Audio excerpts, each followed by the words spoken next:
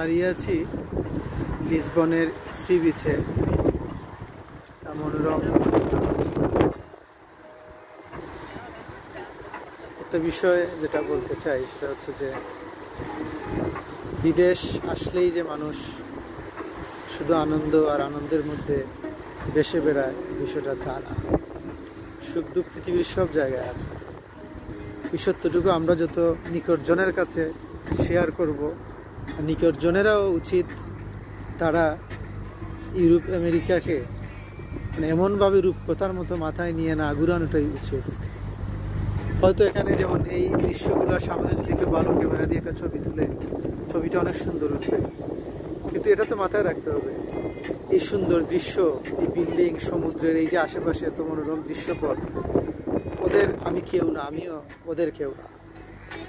আমার অবস্থান, আমি কোন পর্যায়ে আছি, আমি কি করছি, আমার জীবনটা এখানে সুখকর কিনা, আমি প্রশান্তি নিয়ে ঘুমাতে পারছি কিনা, 2 টাকা ইনকাম করতে পারছি কিনা পদ্ধতিগতভাবে, এটা হচ্ছে মূল আলোচ্য বিষয়।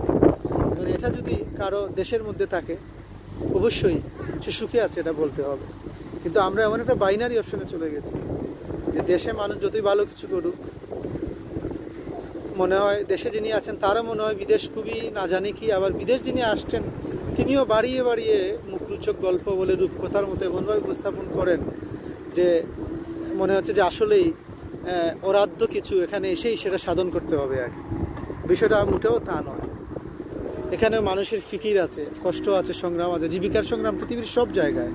এটা ইউরোপ, আমেরিকা, কানাডা, অস্ট্রেলিয়া, যেখানে আমি বলি না কেন, সব জায়গায় ওখানের স্থানীয় মানুষগুলো কি বসে থাকে আর আসমান থেকে খাবার দাবার পরে, বিষয়টা এরকম নয়। অনেকে আবার আমরা অনেক সময় আছে যে এমনভাবে বলি, এমনকি একটা কার্ড পাওয়া খেয়ে, হ্যাঁ কার্ড পেলে তো অবশ্যই ভালো, কিন্তু এর তো এই নয় যে কার্ড পেলেই আমাকে হাত পা গুটিয়ে বসে থাকলে আমাকে কেউ এসে খাবার এনে দিবে, বিষয়টা এরকম নয়। অনেক স্প্যানিশ, পর্তুগিজ এবং আমি অনেক নেটিভদেরকে দেখেছি যে এটা তারা মানে আমাদের দেশের সাথে টুকাইরা যেটা করে, টুকাই নাই বা বললাম এই শব্দের পরিবর্তে আমি যদি বলি যে রাস্তাঘাটে কিছু কাপড় চোপড় নিয়ে বা খেলনা বিক্রি করে বা বিভিন্ন জিনিস বিক্রি করে টাকা, এবং অথবা টুকাই কেন বলছিলাম শব্দটা ঠিক আসে নাই ওইখানে কি শব্দটা হবে, মূলত এটা ওই যে কিছু মানুষ দেখি না আমরা একটা ফুল হাতে নিয়ে বলে একটু চাপ প্রয়োগ করে যে ওটা নেন এবং টাকা দেন, বা অন্য কোনো পণ্য না, আমরা যে কোনো জিনিস দিয়ে একটু চাপ প্রয়োগ করে, ঠিক এখানেও দেখেছি যে অনেক মানুষ আছে যে এরকম একটা জিনিস দিয়ে বুঝিয়ে সুঝিয়ে বলার চেষ্টা করে যে তার আর্থিক সংকট আছে, টাকা দরকার, বা ভিক্ষুকের মতেও কিন্তু অনেকে হাত পাতে।